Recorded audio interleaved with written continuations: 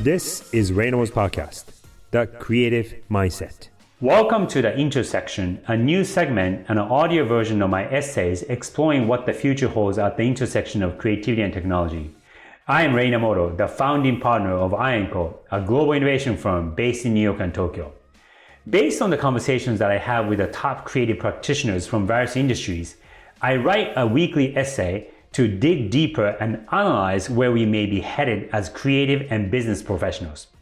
We will be bringing this segment as a bonus episode to you. So let's get started. POV is greater than AI. Written and read by yours truly, Rei Inamoto. Oh, clients have to pay, says Poom Lefebvre with a laugh. Poom is an award-winning creative director with more than 2 decades of experience in design and advertising. When she says this, she's referring to a client project in which she utilized AI heavily to produce the work. As a co-founder and chief creative officer of Design Army in Washington, D.C., Poom oversees all creative coming through her agency's doors. She's a dear friend of mine who, like me, is from Asia. We built our respective careers in parallel in different corners of the design and advertising industry as immigrants trying to make it in America. In 2023, she and her team launched Adventures in AI, an advertising and branding campaign for one of her clients, Georgetown Optician. A campaign of this caliber without AI would have taken several months and cost $500,000 or more to produce, says Poom. Naturally, my question at this point in my conversation with her is this: how much did it cost? I can't tell you, says Poom. Fair enough, I expected as much, but I can make an educated guess. This project started with a phone call from the client, Poom says. She had worked with Georgetown Optician before. We are opening a new store and would like your help promoting it, the client said. Typically, she would be given several months' notice for this type of ask. 4 months to be exact, according to Poom. I concur, having worked on numerous campaigns of different sizes before. For Poom and I, as creative directors, our instinct will be to gather a team that consists of a strategist, a project manager, a copywriter, and a designer or two to start. This will be what we consider to be a minimum viable team. It would take at least several days to formulate a project plan, a proper brief with specific deliverables and metrics for success, to name a few. From there, we would want to give several days to a week to the creative team to come up with ideas, and then a few more days for the creative director to push the team and refine the ideas.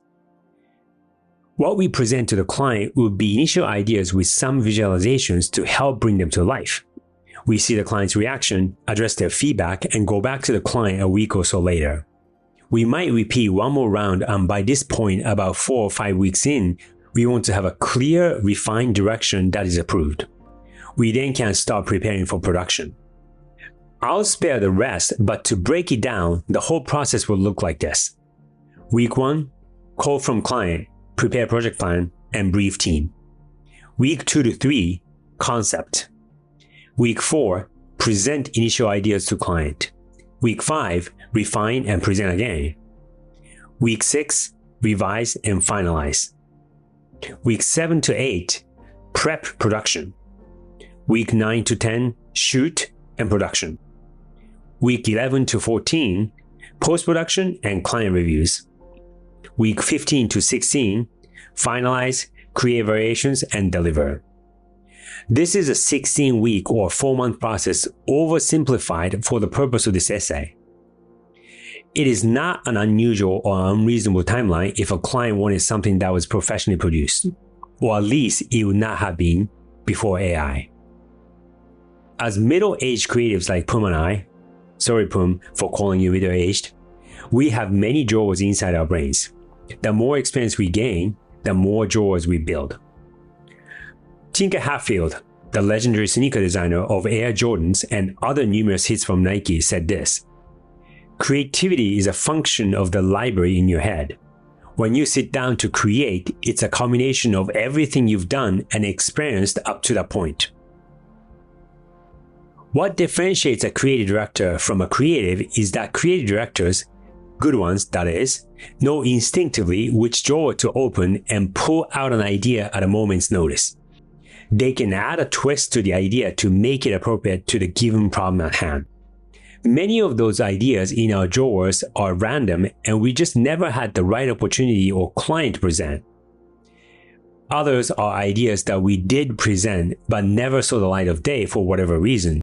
For instance, I'm working on bringing an idea to life right now that I presented to the client in 2018, that's 6 years ago. The idea was well liked and we spent about a month preparing the execution, but it turned out to be too expensive. In 2024 and beyond, AI could change that. For ideas to be bought and brought to life, numerous factors need to align. Perhaps that is a topic for another essay. When getting the call from the client, Pum says her client told her they only had 4 weeks instead of 4 months. This was tied to the opening of a new store, so there wasn't flexibility. As not to digress, let's not ask why the client waited until the last minute to call Pum. To be fair though, there are often reasons beyond their control that we might not understand.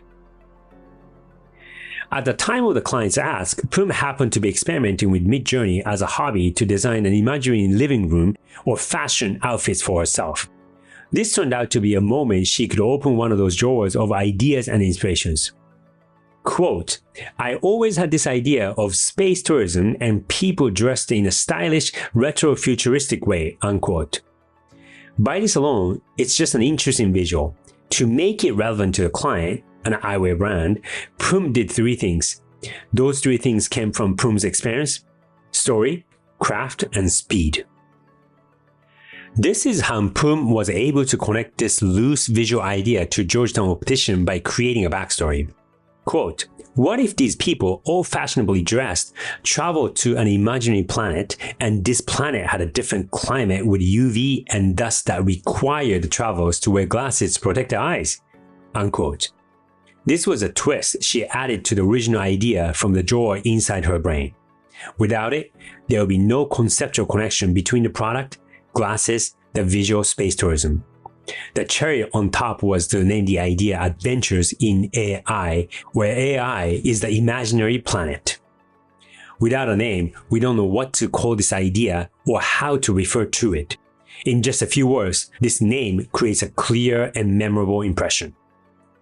Second, craft.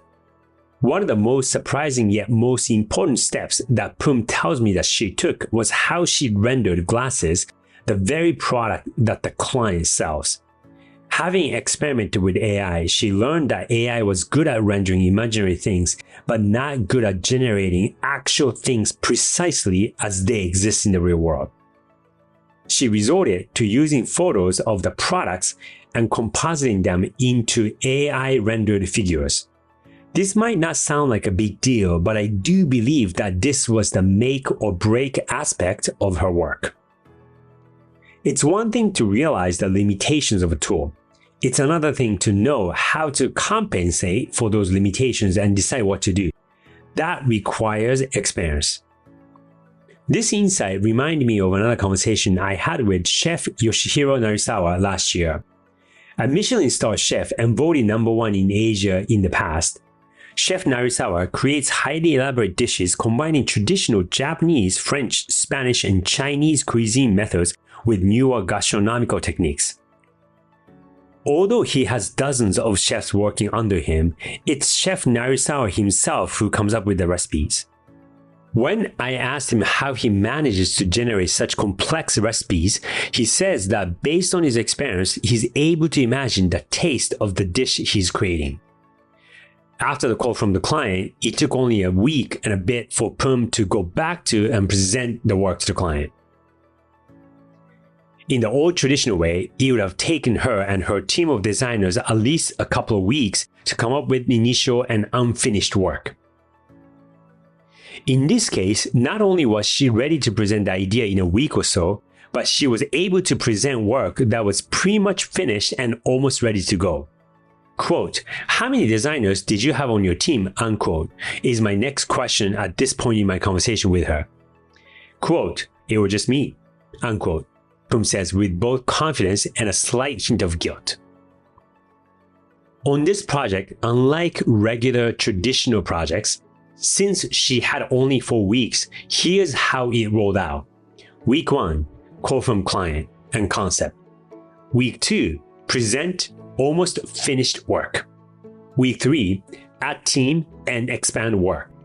Week 4, finalize and deliver. On this project, Pum played the roles of a strategist, writer, designer, director, cinematographer, wardrobe stylist, and quite possibly more. And she did so in a week. In the second week, she did bring home additional designers to help her expand the work and make it more holistic campaign. She also knew that another one of the limitations at the time of Midjourney was that it was not able to render type well at all. This is where she utilized additional resources. Regardless, before AI, this just wouldn't have been possible. My educated guess is that she would have needed at least few people supporting her after the initial week of her 4-week process. Let's assume the average cost of a creative contractor is $125 an hour. I could imagine having 2 designers and animators full-time and additional resources such as a project manager and writer at half-time to support. For this lean minimum viable team for a month, the cost could be somewhere between $50,000 and $100,000 for a month of work. But that's pure cost for the agency. Instead of $500,000 in 4 months, her client might have gotten something in 4 weeks and for less or slightly more than $100,000. In theory, that is. In reality, however, things don't align this neatly. There are several factors at play here. For one, the relationship Pum had cultivated over the years and the trust she had earned from the client. That is years in the making and therefore costly. Second, the many drawers in her brain. When Paula Scher, a legendary graphic designer, gave a sketch of a potential logo in a meeting for Citi, the client asked how a logo could be done in a few seconds. Scher replied, "It's done in seconds and 34 years." In Pum's case, it was done in a week and 25 years and with AI. In addition, the cultural zeitgeist of the moment in time. If she were to repeat the same process now, the work probably would not be as interesting or relevant. As a whole, the process Pum went through isn't easily repeatable or replicable. As we are talking about the price of creativity, Pum brings up another past campaign she worked on and one of her signature pieces for a ballet company in Hong Kong. A beautifully styled and wonderfully choreographed, it is a modern Wes Anderson-esque take on a classical art form. It has 228,000 views on YouTube. On the contrary, 3 behind-the-scenes clips she shot on her iPhone and uploaded to her agency TikTok account have combined 11.3 million views. That begs the question, which is better? Spend $500,000 on an expensive shoot and month of work that gets 250,000 viewers, or $500 and shoot on an iPhone that garners millions of viewers. In this case, the cheap and quick option would not have been possible without the expensive shoot on location. But this question is something many brands wonder about. For most brands, the answer to this question is that one is not better than the other. Of course, there's nuance and gradation and each brand needs to calibrate. However, if we are skimping on a budget for making and advertising activities, it will catch up with us and we'll either not gain enough or end up paying the price in some other way. It is a mistake to make a decision purely on price. The real question for creatives is the following. Why should a client come to us and pay more? If the answer is the former, we're in a commodity business. The harsh reality that we face is that the price is and always will be a sticking point with clients. Technology, throughout history, consistently commoditized an aspect of many businesses and therefore forces the price down. It's an inevitability that we can't turn away from. For creative businesses, we just didn't think it would happen to us so soon. Are they coming because they want something cheap and quick, or do they want our point of view and value it? The answer may not be as black and white as we want it to be. There'll be shades of both. But without a POV, a point of view, We may as well let AI take over.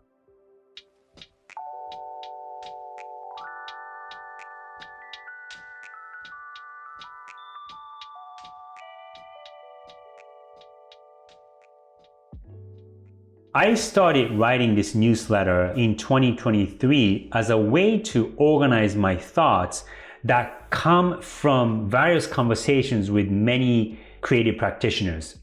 Over the course of several months, I see and notice new patterns and new insights gained from multiple people, and I take the time to organize and write them down so that they can be useful and hopefully helpful to you as listeners and readers. If you're listening to this on Spotify, there's a Q&A field, so please do send us your questions and comments. And if you like our podcast, please leave us a 5-star rating. We'll be so grateful.